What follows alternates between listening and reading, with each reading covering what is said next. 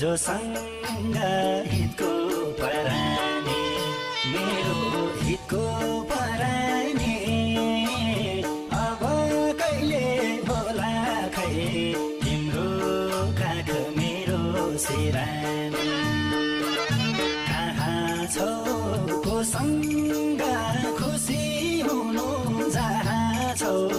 जोसँग